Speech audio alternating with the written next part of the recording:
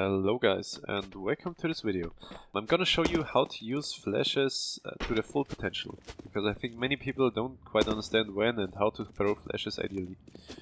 So first question, why do you use flashes? What do you want to do with them? Why do you throw them? There are three main points why you want to throw flashes. The first thing being map control, second thing being information, and third thing being time. What do I mean with that? So map control is when you take over a part of the map. You have map control. Just a quick example, you got on CT op posted up here, holding the angle, and you can really cross as T. So this means this whole part of the map, basically up until this point here, this being the line, is closed off for you. So the CTs always know if you cross this border, they can see you. In order to prevent this, you can either smoke this op off, or you can just throw a flash and force the op off this angle. By forcing him off the angle, you can now take this part of the map as map control, and he likely has to fall back to side. You can prepare and execute if you open the window. But obviously, the op has two choices. He can stay there, take a lucky shot. If he succeeds, great. If he fails, he might be dead and lose the round for his team. Or he can pick the safe route and just fall back to side, take another more passive angle.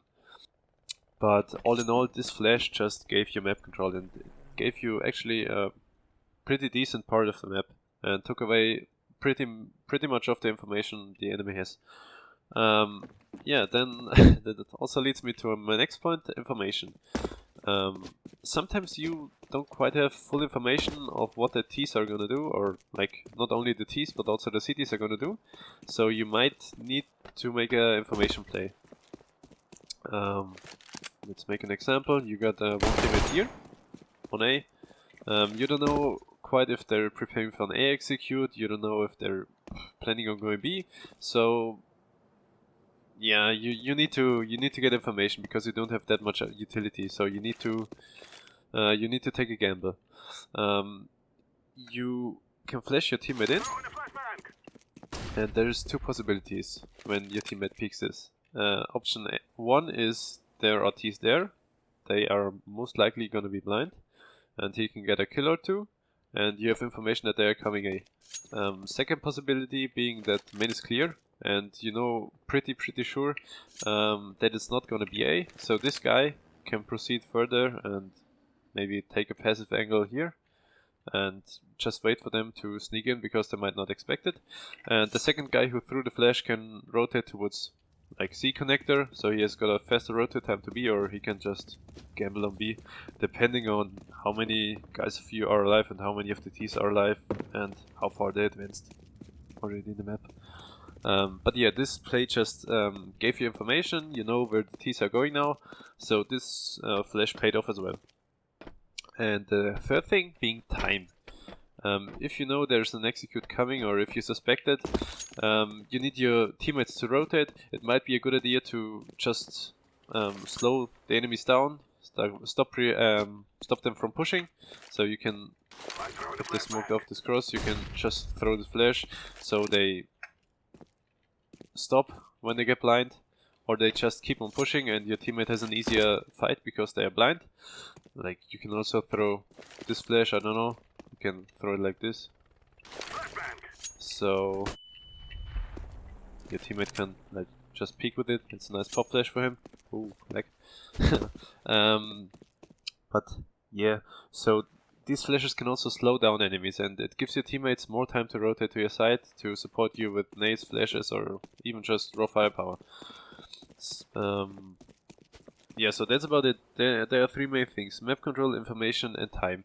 Time is used to slow down the enemies. These are the main three things. What I also noticed is a lot of people don't know how to really throw the flashes. Like, for a flash to be effective, you need to give the enemy the least possible amount of time to react to the flash. So the closer it pops to the corner, the better the flash is. Like, this was not ideal, but it was not bad either. It's way better than if you throw the flash like this, because I mean, he can see the flash very early, so he has got time to turn around and then just fight it. Also, very important is where you're throwing your flash. Like, if you want to flash mid, you're not gonna flash like this, because if there is someone posted up here, or up here, or just here, I don't know, maybe this is smoked off, the flash is gonna land behind him. Like, the flash is not gonna do much. It's gonna blind him a little bit, but not enough. So, in order to flash this guy, you need to flash into his POV. Like, you can throw this flash maybe. Like, it pops pretty much perfectly. He has got almost no time to react, and it pops in his POV, so he will get blind. He has got two possibilities. Okay, with this flash, not really, because he has no possibility. He can't turn around from this. But if you throw a flash like this, like, he can see it. He can see it. He has got a choice. He can look into the flash, or take the flash and hold the angle. Continue to hold the angle. Take a gamble. If it pops, he's blind. You can swing around and probably get an easy kill because he's blind.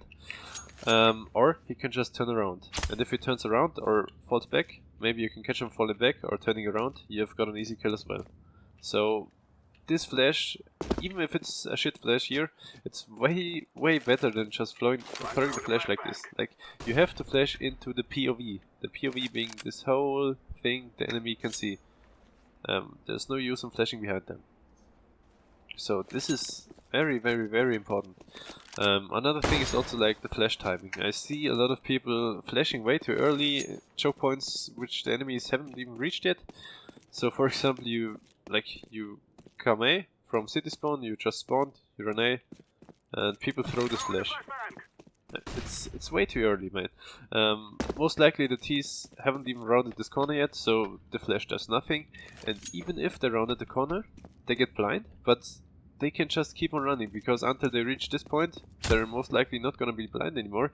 And if they really wanna rush, they are not going to stop, because they know your spawns, they know you flash from back there, and you can't possibly come around the corner and swing on them when they're blind, because it's not possible. It's not possible for you to be that fast.